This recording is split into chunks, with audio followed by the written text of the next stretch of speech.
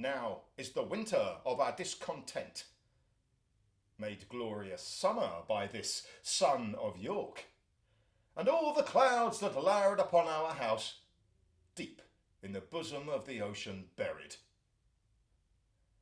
Now are our brows bound with victorious wreaths, our bruised arms hung up for monuments, our stern alarums changed to merry meetings, our dreadful marches to delightful measures. Grim-visaged war hath smoothed his wrinkled front. And now, instead of mounting barbed steeds to fright the souls of fearful adversaries, he capers nimbly in a lady's chamber to the lascivious pleasing of a lute.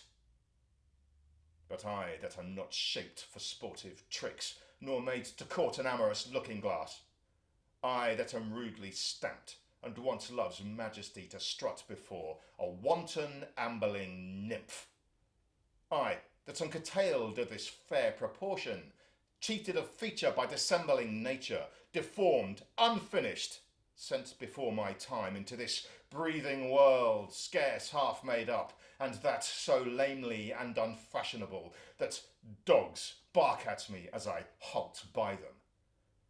Why, I, in this weak piping time of peace, have no delight to pass away the time, unless to spy my shadow in the sun and descant on mine own deformity.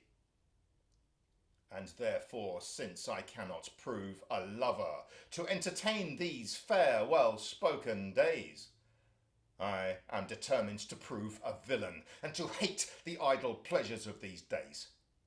Plots have I laid, inductions dangerous, by drunken prophecies, libels, and dreams, to set my brother Clarence and the king in deadly hate, the one against the other.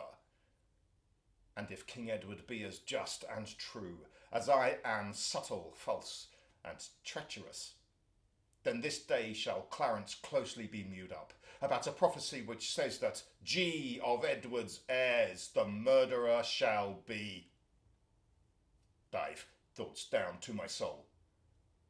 Here Clarence comes.